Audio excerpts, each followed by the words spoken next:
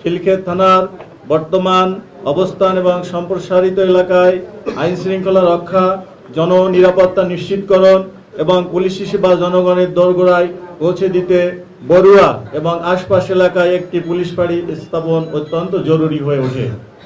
প্রিয় সাংবাদিকবৃন্দ, 300 fit expressway রাজধানীর একটি কৌশলগত গুরুত্বপূর্ণ সড়ক, যা পূর্বাঞ্চল নতুন শহরের সঙ্গে ঢাকা মহানগরীর সংযোগ স্থাপন করেছে।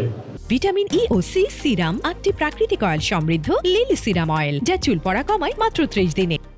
এর আশেপাশে অবস্থিত নামাপাড়া, পাতিরা, ডুমনি, বড়ুয়া ও তলনা এলাকাগুলো প্রশাসনিকভাবে খিলক্ষেত থানার আওতাভুক্ত হলেও বাস্তবিক দৃষ্টিকোণ থেকে এগুলা থানা থেকে তুলনামূলক দূরবর্তী। এই এলাকাগুলো পূর্বাঞ্চল নতুন শহরের পার্শ্ববর্তী গুরুত্বপূর্ণ এলাকা ও বাণিজ্যিক জোন এবং একাধিক সংযোগ সড়কের কেন্দ্রবিন্দু হওয়ায় এই এলাকায় একটি পুলিশ ফাঁড়ি স্থাপন খিলক্ষেত থানার কার্যক্রমকে বিকেন্দ্রীকরণ ও কার্যকর করবে। প্রিয় সাংবাদিকবৃন্দ, সাম্প্রতিক বছরগুলোতে বড়ুয়া, ডুমনি, পাতিরা, তলনা এলাকায় দ্রুত জনসংখ্যা বৃদ্ধি পেয়েছে এবং নতুন আবাসিক প্রকল্প বসতি স্থাপন প্রবণতা লক্ষ্য করা যাচ্ছে। বাস্তবায়নাধীন বিভিন্ন আবাসন প্রকল্প ঘিরে জমি সংক্রান্ত বিরোধ পরিপ্রেক্ষিতে আইন শৃঙ্খলা বিঘ্নিত হওয়ার সম্ভাবনা থাকে। আন্তর্জাতিক বিমানবন্দর সহ ঢাকা ও পার্শ্ববর্তী এলাকায় যোগাযোগ হাব হওয়ায় এলাকাটি মাদক পরিবহন ও লেনদেনের জন্য একটি সম্ভাব্য রুট হিসাবে ব্যবহৃত হওয়ার ঝুঁকি রয়েছে। বিভিন্ন শ্রেণী পেশার লোকজনের পাশাপাশি উক্ত এলাকাগুলোতে শ্রমজীবী ও নিম্ন আয়ের মানুষের বসবাস বেড়েছে, ফলে অস্ত্র, মাদক ব্যবহার সহ সার্বিকভাবে নিরাপত্তা ঝুঁকি তৈরি হয়েছে।